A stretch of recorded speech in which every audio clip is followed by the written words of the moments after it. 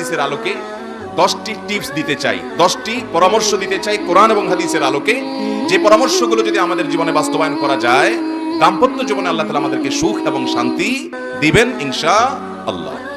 মোহতারাম হাজরিন, দাম্পত্য জীবনে যদি কেউ সুখী হয় তাহলে এই ব্যক্তি সুখী। একজন মানুষ প্রলম্বন তার জীবন সঙ্গী। অতএব নবী করিম সাল্লাল্লাহু আলাইহি ওয়াসাল্লাম যে বলেছেন, আদ-দুনিয়া কুল্লুহা মাতা ওয়া খায়রুল মাতা'আদ দুনিয়া আল মারআতুস সালিহা, উত্তম জীবন সঙ্গিনী দুনিয়াতে যত মানুষের আনন্দের মাধ্যম হতে পারে, সুখের উপকরণ হতে পারে, এর মধ্যে সবচেয়ে বড় সুখের উপকরণ, আনন্দের মাধ্যম হলো, তৃপ্তির জায়গা হলো একজন ভালো জীবন সঙ্গিনী।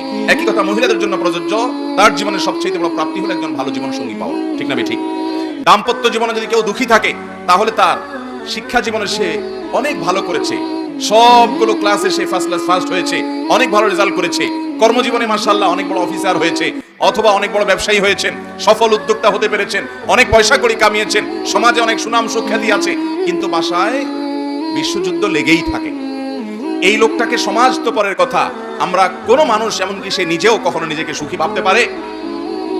মুহতারাম হাজিরিন, অতএব দুনিয়ার জীবনে যেটুকুন সুখ আছে সেটুকুন সুখ যদি ভোগ করতে চান তাহলে দাম্পত্য জীবনে সুখী হওয়ার পথে আপনাকে হাঁটতে হবে।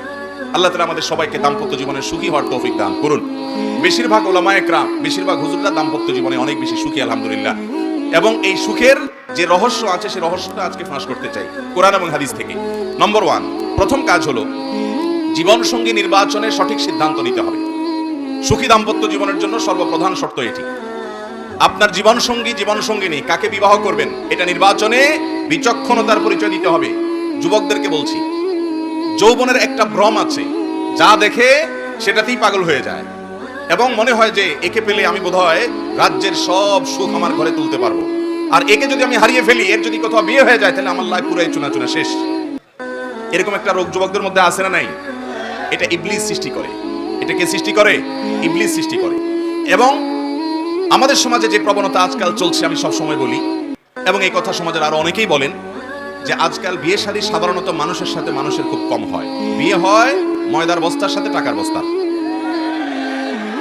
এক পক্ষ থাকে ময়দার বস্তা, আরেক পক্ষ থাকে টাকার বস্তা। অতএব ময়দার বস্তা খোঁজে, ময়দা না, টাকা না, বস্তা, মানে কত বেশি থাকে।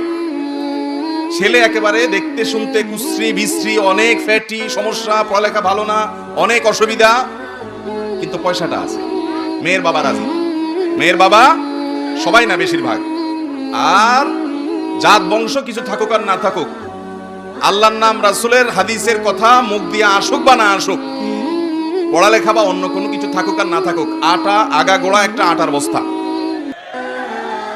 সাজগোজ করে আটার বস্তা বানিয়ে ফেলেছে। সেটার জন্য ছেলেরা অস্থির এবং পাগল। ঠিক না ঠিক?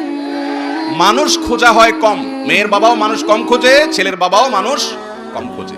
ভাইরা আমার, আজকাল ঘরে ঘরে অশান্তির একটা অন্যতম প্রধান কারণ হলো এটি, জীবন সঙ্গী নির্বাচনে আমরা ভুল করি। নবী করিম সাল্লাল্লাহু আলাইহি ওয়াসাল্লাম বলেছেন, ফাজফার বিজাতিদ দ্বীন। অনেক কিছু দেখেই মানুষ বিয়ে করে সমাজে, তুমি বিয়ে করবে দিনদারিতা দেখে। আল্লাহর শপথ করে বলছি, আল্লাহর শপথ করে বলছি, আল্লাহর শপথ করে বলছি, দাম্পত্য জীবনের সুখের মূল চাবিকাঠি এই জায়গাটা। যেই জীবন সঙ্গী, যে জীবন সঙ্গিনী তার খুঁটাটা এক জায়গায় গাড়া আছে, সে আল্লাহর কাছে নিজেকে সারেন্ডার করে ফেলেছে, আপনি তাকে ধরতে পারবেন, ধরার একটা জায়গা আছে। সে বেলাইনে যাবে, আল্লাহর নির্দেশ দেখাবেন, সে লাইনে আসতে বাধ্য হবে।